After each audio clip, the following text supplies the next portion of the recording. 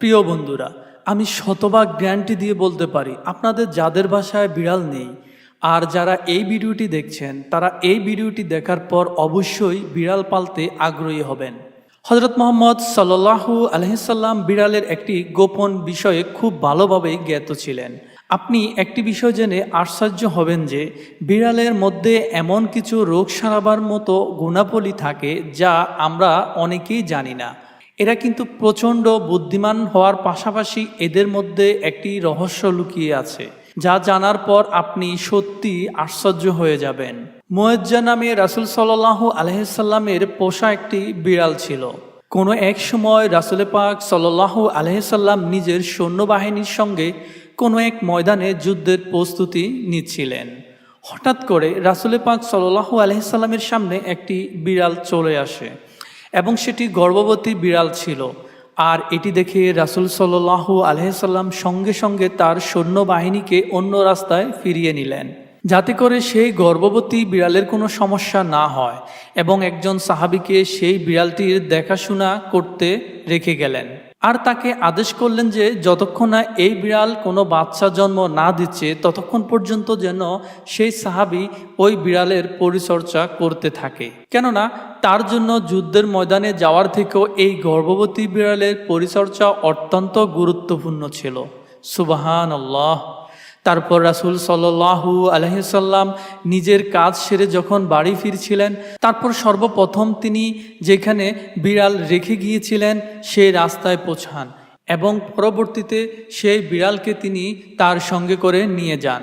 তারপর সেই বিড়ালের নাম রাসূল সাল্লাল্লাহু আলাইহি সাল্লাম রেখেছিলেন মুয়াজ্জা। বাকিটা জীবন সেই বিড়ালটিকে তিনি তার সঙ্গে রেখে দেন। একবার রাসূল সাল্লাল্লাহু আলাইহি সাল্লাম ফজরের সময় উঠলেন এবং নামাজের জন্য প্রস্তুতি নিচ্ছিলেন। তারপর যখন তিনি নামাজের মুসল্লায় আসলেন, তখন তিনি দেখতে পেলেন যে একটি বিড়াল তার নামাজের মুসল্লায় শুয়ে আছে। তারপর রাসূল সাল্লাল্লাহু আলাইহি সাল্লাম একটি কেচির মাধ্যমে জায়নামাজের সেই অংশটুকু কেটে আলাদা করে দিলেন, যে অংশটির উপরে বিড়ালটি শুয়েছিল। এটি করার মূল কারণ হচ্ছে রাসূল সাল্লাল্লাহু আলাইহি সাল্লামের নামাজ পড়ার কারণে যেন বিড়ালটির কোনো সমস্যা না হয়। যদিও হাদিসে কোথাও এই বিড়ালের উল্লেখ পাওয়া যায়নি, কিন্তু বিভিন্ন সিরাতের কিতাবে এই বিড়ালটির কথা পাওয়া যায়। একটি হাদিসে রাসূল সাল্লাল্লাহু আলাইহি সাল্লাম বিড়ালের উপর অত্যাচার এবং তাদের মারতে নিষেধ করেছেন। একদিন হজরতে আবু হুরায়রা রাদিয়াল্লাহু তাআলা আনহু কোথাও যাচ্ছিলেন, তখন তিনি দেখতে পেলেন অতিরিক্ত গরমের জন্য একটি বিড়াল দেয়ালের সাথে লেগে গেছে। তখন সেই বিড়ালটিকে গরমের হাত থেকে রক্ষা করার জন্য নিজের কাছে আনলেন এবং বিড়ালটিকে সুস্থ করলেন। তারপরে এই বিষয়টি রাসূল সাল্লাল্লাহু আলাইহি সাল্লামকে জানালেন। রাসূল পাক সাল্লাল্লাহু আলাইহি সাল্লাম বললেন, একটি মহিলাকে শুধুমাত্র এই জন্যই জাহান্নাম থেকে মুক্তি দেওয়া হয়েছিল যে একটি বিড়ালকে পিপাসার হাত থেকে রক্ষা করেছিল বলে। প্রিয় দর্শক, বিড়ালের ব্যাপারে রাসূল সাল্লাল্লাহু আলাইহি সাল্লাম আরও 1400 বছর আগে যা বলে গিয়েছেন, আজ বিজ্ঞান তা বিভিন্ন যুক্তির মাধ্যমে সত্যতা প্রমাণ করতে পেরেছে। হযরত আদম আলাইহিস সালামকে সৃষ্টির পর আল্লাহ রাব্বুল আলামিন সর্বপ্রথম দুটি জন্তুকে সৃষ্টি করেছেন। একটি হচ্ছে সাপ আর দ্বিতীয়টি হচ্ছে বিড়াল। আর এই বিড়ালের মধ্যে অনেক গুণাগুণ রেখে দিয়েছেন আল্লাহ তাআলা, যেই সকল গুণাগুণের কারণে মানুষ অনেক লাভবান হয়। আজকের বিজ্ঞান বলে ঘরে বিড়াল পালন করা লাভজনক একটি কাজ।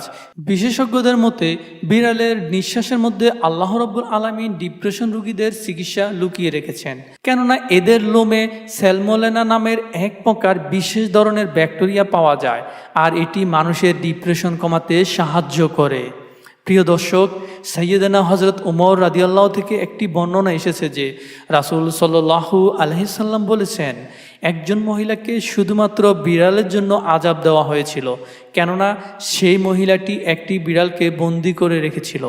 এমনকি একটা পর্যায়ে সেই বিড়ালটি মারা গিয়েছে এবং সেই মহিলা এই জন্য জাহান্নামে গিয়েছিল।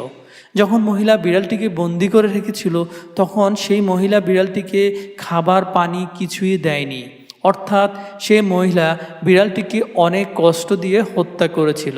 শুধুমাত্র এই একটি কারণে মহিলাটি জাহান্নামে গিয়েছিল। রাসূল পাক সাল্লাল্লাহু আলাইহি সাল্লাম যখন মেরাজে গিয়েছিলেন, তখন তিনি এটি দেখলেন। মিশকাত শরীফ থেকে একটি হাদিস এসেছে, একজন মহিলা আম্মাজান হজরতে আয়েশা